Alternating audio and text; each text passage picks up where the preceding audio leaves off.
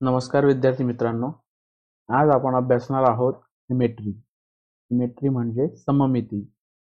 हा भाग आपल्या गणित पाठ्यपुस्तकाच्या पेज नंबर 47 वर दिलेला आहे. सिमेट्री किंवा सममिती म्हणजे नेमकं काय हे आज आपण या भागात अभ्यासणार आहोत. चला तर मग सुरू करूया. Observe the leaf shown along side. बाजूच्या पानाचे निरीक्षण करा. तर विद्यार्थी मित्रांनो, आपणास या ठिकाणी बाजूला एका पानाचे चित्र दिलेले आहे. टेक अनादर leaf like this one which has many veins. अशाच पानासारखे तुम्ही दुसरे पान घ्या ज्याला अनेक शिरा आहेत. शिरा म्हणजे काय, तर पानांच्या मधोमध अशा ज्या बारीक रेषा असतात त्यांना आपण शिरा म्हणतो.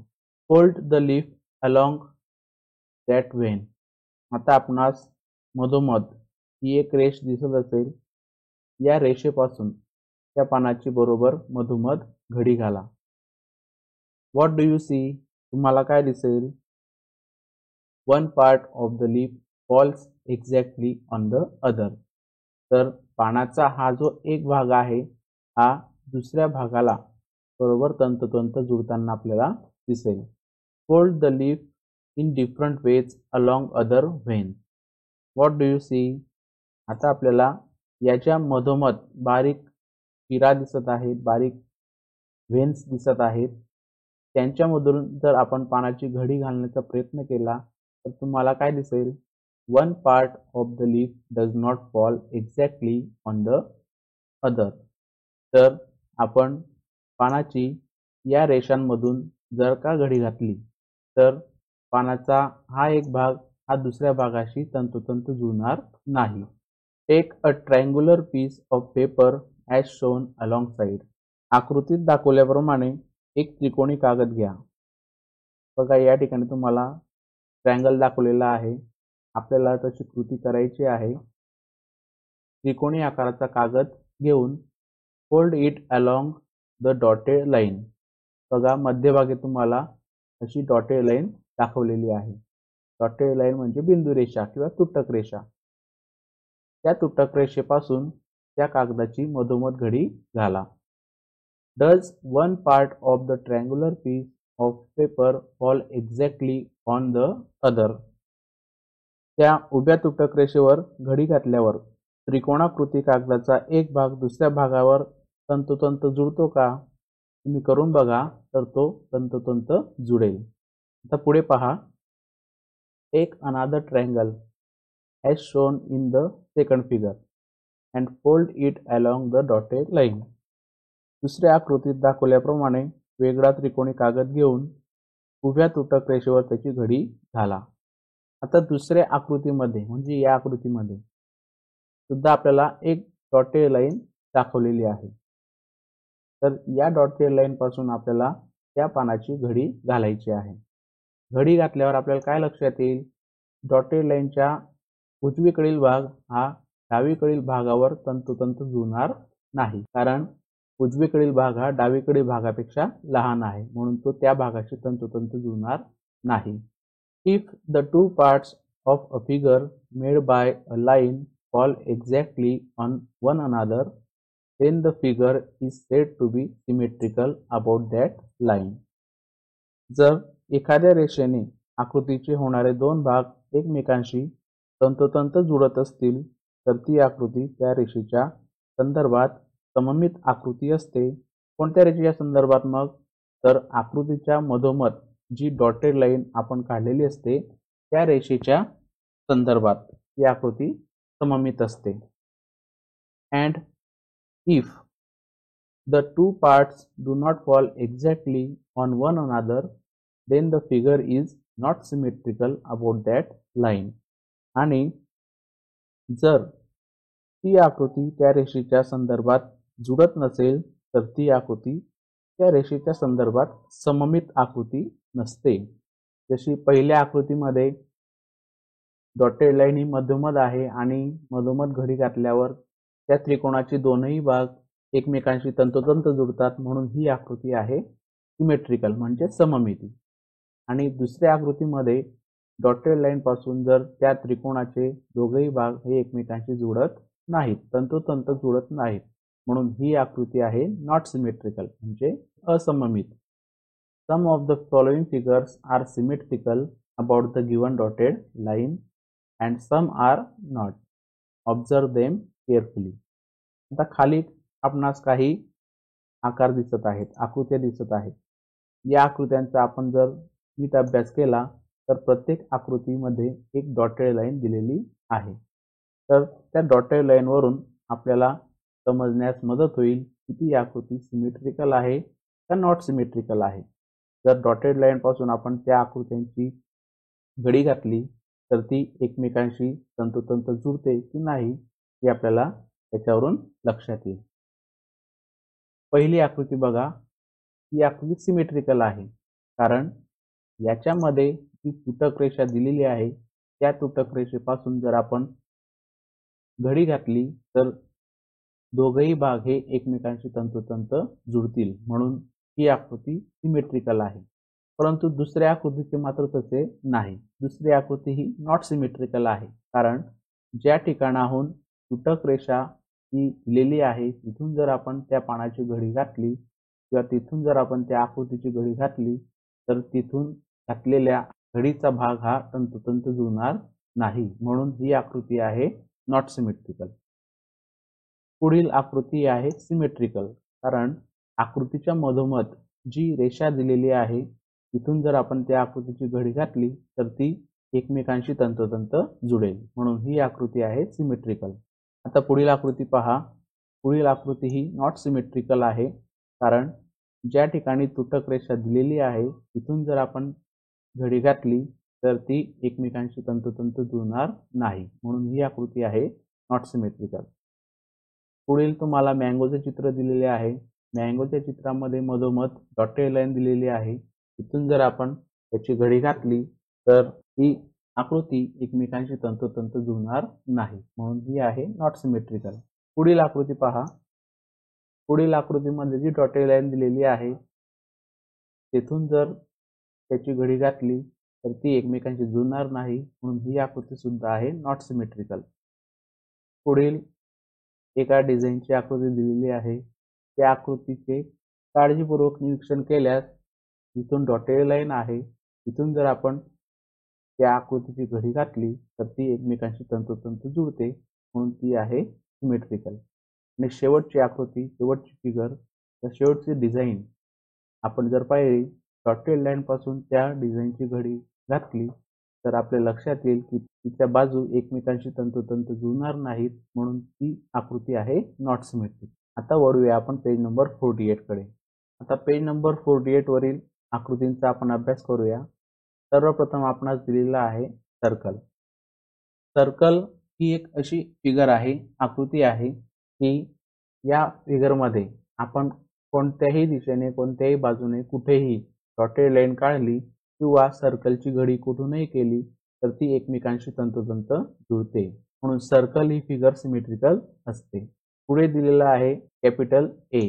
कॅपिटल ए मधून जाणारी डॉटेड लाईन तिथून जर आपण लेटरची घडी घातली तर ती एकमेकांशी तंतोतंत जुळते, म्हणून ही फिगर आहे सिमेट्रिकल. पुढे आहे कॅपिटल जी. कॅपिटल जी मधून घडी घातली तर ती एकमेकांशी तंतोतंत जुळणार नाही, म्हणून कॅपिटल जी ही फिगर ही नॉट सिमेट्रिकल आहे. पुढे दिलेला आहे आपल्याला कॅपिटल वाय. कॅपिटल वायचे सुद्धा तसेच आहे. मधोमध जर वायची घडी घातली तर ती तंतोतंत जुळते, म्हणून कॅपिटल वाय ही फिगर ही सिमेट्रिकल आहे. आणि शेवटी दिलेला आहे कॅपिटल झेड. झेडची जर आपण आडव्या किंवा उभ्या रेषेमधून जर घडी घातली तर ती फिगर एकमेकांशी तंतोतंत जुळत नाही, म्हणून झेडची फिगर किंवा झेड हे लेटर हे नॉट सिमेट्रिकल आहे. आता बघूया आपण पुढील प्रश्न. Determine whether the figures given below are symmetrical about any line or not. याच्यात आपल्याला काय करायचे आहे, खाली जे चित्र तुम्हाला दिलेले आहेत त्या चित्रामध्ये अशा एखाद्या रेषेच्या संदर्भात सममित आहेत किंवा नाहीत ते आपल्याला ठरवायचे आहे. Put a tick below the picture if it is symmetrical and a cross if it is not. आपल्याला मग या संदर्भात काय करायचे आहे, तर जी फिगर सममित असेल त्या फिगरच्या खाली जो आपल्याला बॉक्स दिलेला आहे त्या बॉक्समध्ये आपल्याला बरोबर अशी टिक करायची आहे. आणि जर ती फिगर सममित नसेल म्हणजे नॉट सिमेट्रिकल असेल तर त्यासाठी आपल्याला क्रॉस म्हणजे चुकीची फुली करायची आहे. चला तर मग ही ऍक्टिव्हिटी आपण पूर्ण करूया. आता पहिले चित्र पहा. पहिल्या चित्रात जर आपण मधोमध रेष काढली आणि त्या चित्राचे मधोमध घडी घालून दोघं भाग एकमेकांशी आपण जोडले तर ते एकमेकांशी तंतोतंत जुळतात. म्हणून पहिली फिगर ही सममित फिगर आहे. त्यासाठी आपल्याला टिक करायची आहे. बरोबर अशी टिक करायची आहे. दुसरी फिगर दिलेली आहे नंबर 2 ची. याच्यात आपण जर उभी रेषा काढली तरी दोघं बाजू एकमेकांशी तंतोतंत जुळणार नाहीत किंवा आडवी रेषा जरी काढली तरी त्या दोघं बाजू एकमेकांशी तंतोतंत जुळणार नाहीत. म्हणून दुसरी फिगर ही नॉट सिमेट्रिकल आहे आणि त्यासाठी आपल्याला क्रॉसचे साइन त्या ठिकाणी करायचे आहे. तिसरी फिगर ही हेक्झॅगॉनची दिलेली आहे म्हणजे षटकोन. याच्यात जर आपण मध्यभागून रेषा काढली किंवा आडवी रेषा काढली, तिरकस रेषा काढली तरी या सर्व बाजू दुमडल्यावर किंवा त्यांची घडी घातल्यावर एकमेकांशी तंतोतंत जुळतात. म्हणून ही आकृती आहे सिमेट्रिकल आणि त्यासाठी आपल्याला टिक करायची आहे म्हणजे बरोबरचे चिन्ह त्या ठिकाणी द्यायचे आहे. पुढील आकृती आहे एल लेटरची. याच्यात सुद्धा जर आपण उभी किंवा आडवी रेषा काढली तरीही ही आकृती एकमेकांशी तंतोतंत जुळत नाही. म्हणून एल शेप ही आकृती नॉट सिमेट्रिकल आहे. त्यासाठी आपल्याला या ठिकाणी क्रॉसचे साइन करायचे आहे. पुढील आकृती आहे एक्स लेटरची. आपण याची जर मधोमध घडी घातली आडव्या रेषेने किंवा उभ्या रेषेने तरी याच्या दोघही बाजू एकमेकांशी तंतोतंत जुळतात. म्हणून ही फिगर सिमेट्रिकल आहे आणि त्यासाठी आपल्याला बॉक्समध्ये टिक करायची आहे. पुढील फिगर आहे एच या लेटरची. जर आपण मधोमध डॉटेड लाईन काढल्यावर किंवा रेषा काढल्यावर तिथून जर त्या एच ची घडी केली तर ती एकमेकांशी तंतोतंत जुळते किंवा आडवी सुद्धा आपण जर घडी केली तर ती सुद्धा त्याच्याशी तंतोतंत जुळते. म्हणून ही फिगर सुद्धा सिमेट्रिकल आहे. त्यासाठी सुद्धा आपल्याला या ठिकाणी टिक करायची आहे. तर मित्रांनो या ठिकाणी आपणास फक्त खाली बॉक्समध्ये दिलेल्या टिक किंवा क्रॉसच्या खुणा करायच्या आहेत. वर दिलेल्या या सर्व खुणा आपल्याला करायच्या नाहीत. आता बघूया त्यापुढील प्रश्न. For each of the figures below draw a line along which you should hold the figure to show that it is symmetrical. आता या प्रश्नात आपल्याला काय करायचे आहे तर खालील प्रत्येक आकृतीमध्ये आपल्याला ही आकृती सममित आहे किंवा नाही हे पाहण्यासाठी त्या ठिकाणी घडी घालायला लागेल अशा ठिकाणी आपल्याला रेषा काढायची आहे. म्हणजे ती आकृती कोणत्या रेषेने सममित होईल हे आपल्याला या ठिकाणाहून दाखवायचे आहे. आता खाली सगळ्या आकृत्या या सममित आकृत्या आहेत. ते आपण कसे ठरवणार तर आपल्याला त्या ठिकाणी एक लाईन काढून आपल्याला ते दर्शवावे लागेल. तर चला मग आपण ही ऍक्टिव्हिटी पूर्ण करूया. आता पहिले चित्र दिलेले आहे एरोप्लेनचे. मग या एरोप्लेनच्या चित्रामध्ये आपण कोठून घडी घातल्यास त्याच्या दोघही बाजू एकमेकांशी तंतोतंत जुळतील ते आपल्याला रेषेने दाखवायचे आहे. तर सांगा मग आपल्याला या ठिकाणी आडवी रेष काढावी लागेल किंवा उभी रेष काढावी लागेल ते. अगदी बरोबर. या ठिकाणी आपल्याला बरोबर मध्यभागून अशी उभी रेषा काढावी लागेल जेणेकरून आपण त्या ठिकाणाहून त्या एरोप्लेनची घडी केल्यास दोघं बाजू या एकमेकांशी तंतोतंत जुळतील.